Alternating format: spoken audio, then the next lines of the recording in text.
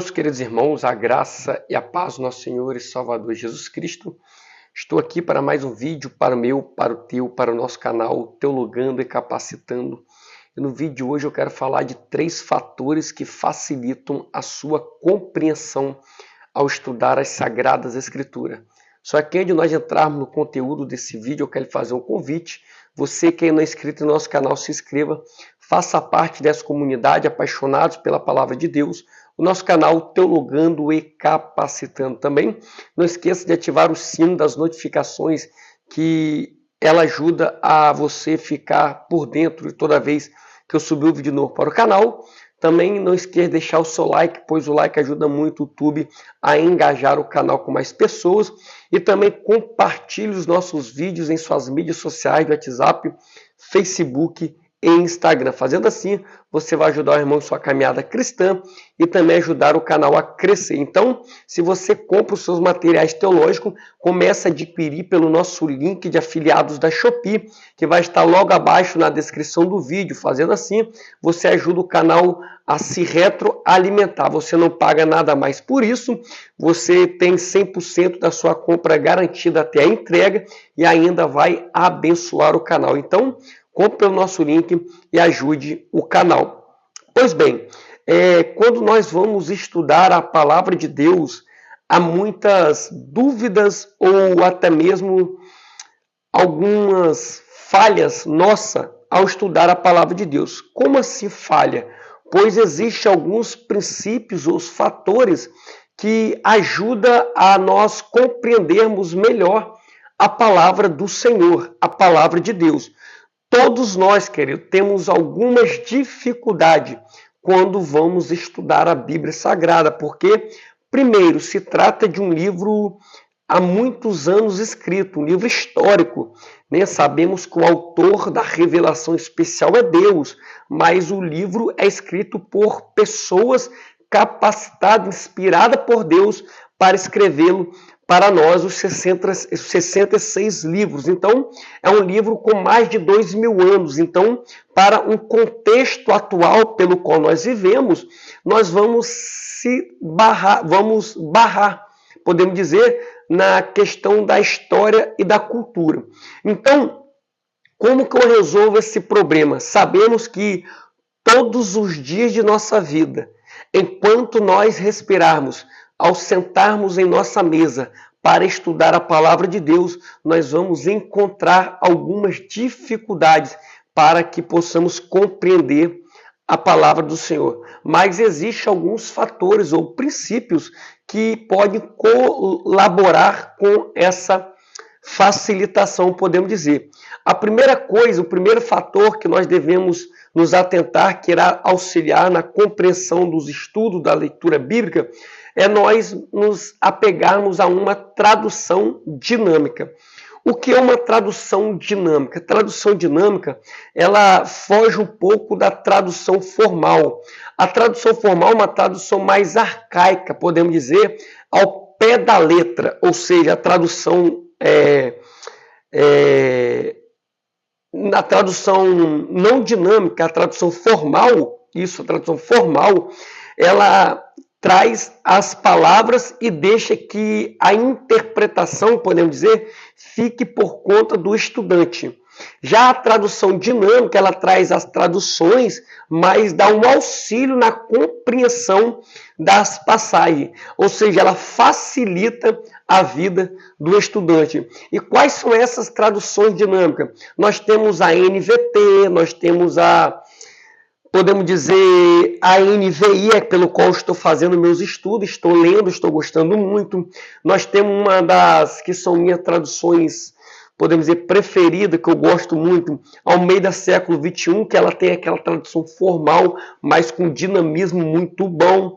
Então nós temos uma NTLH, uma palavra viva, já parte mais para uma paráfrase, que também vai ajudar muito. Então, nós temos que nos atentar que as traduções dinâmicas, ela auxilia muito e facilita muito a vida do estudante, do pregador, do teólogo. Então, nós temos que sempre ser um estudante que faz comparações com as traduções bíblicas. Por exemplo, eu leio numa CF, eu leio numa ARC, eu leio numa ARA, eu leio numa NVT, NVI, uma King James 1611. Então nós temos que sempre estar fazendo essas comparações para ajudar a nossa compreensão. Uma vez que a tradução dinâmica facilita a compreensão, você vai começar a perceber que a sua leitura, o seu estudo está sendo mais fluido com essas traduções. Então, a primeira dica que eu deixo para vocês é se apega a uma tradução dinâmica que irá facilitar muito os seus estudos. A segunda dica, o segundo fator, o segundo princípio que ajuda nós a entendermos e compreender o texto bíblico, e é aqui que muitas pessoas erram, é nós ler todo o contexto. Eu não tenho como pegar um versículo isolado para querer criar um estudo, para querer criar uma doutrina, para querer criar uma pregação, não tem como. Para me compreender o que o autor original queria dizer para o povo original e trazer uma aplicação para a igreja atual, a igreja pelo qual eu vou ministrar, ou vou educar, ensinar, eu tenho que aprender a ler todo o contexto. E para quem é iniciante, eu indico você ler tanto o contexto remoto como o contexto imediato. O que é contexto? É aquilo que vem antes e depois do texto. Por exemplo, vamos supor que eu vou fazer um estudo ou uma pregação no Evangelho de João, capítulo de número 4, ali onde Jesus encontra a mulher samaritana. Se eu ficar naquele texto ali, eu consigo extrair muitas lições, mas se eu começar a abranger, pegar o contexto, o capítulo 3, nós vamos ver que Jesus teve uma conversa com Nicodemos antes. Ou seja, alguém que era conhecido, reconhecido, Nicodemos, não queria se submeter a Jesus Cristo. Mas no capítulo 4, uma mulher anônima, samaritana, onde tinha aquelas guerras que todos nós sabemos, aquela rincha entre judeus e samaritanos, ela vai dar crédito à palavra de Jesus Cristo e vai sair pela cidade anunciando a respeito de Jesus logo assim que ela abandona o seu cântaro. Então, se nós começarmos a atentar para o contexto, nós vamos perceber que irá facilitar muito a nossa compreensão bíblica. O contexto ele não se baseia somente em contexto remoto, imediato. Nós temos contexto histórico, cultural, contexto literário, exegético e muitas outras áreas que trabalham, abrangem o contexto bíblico. Então, querido, analise sempre o texto dentro do seu contexto, porque texto fora de contexto é pretexto e uma porta para heresia. Então, toda vez que você for estudar, não fique, podemos dizer, com preguiça de ler a Bíblia. Medita, vai fundo, texto dentro de contexto. Se eu vou ler o capítulo 4 de João, vou ler o capítulo 2, 3, 4, 5, 6, até onde você achar que é necessário para abrir a sua mente e te trazer a compreensão do texto bíblico. Então, o segundo fator para facilitar a sua leitura é você estudar o texto dentro do seu contexto.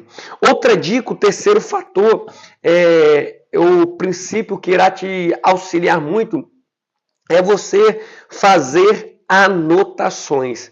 Um dos grandes erros que nós cometemos, eu cometi muito isso no começo da minha jornada, da minha caminhada como pregador do Evangelho, é não querer fazer anotações, ter preguiça.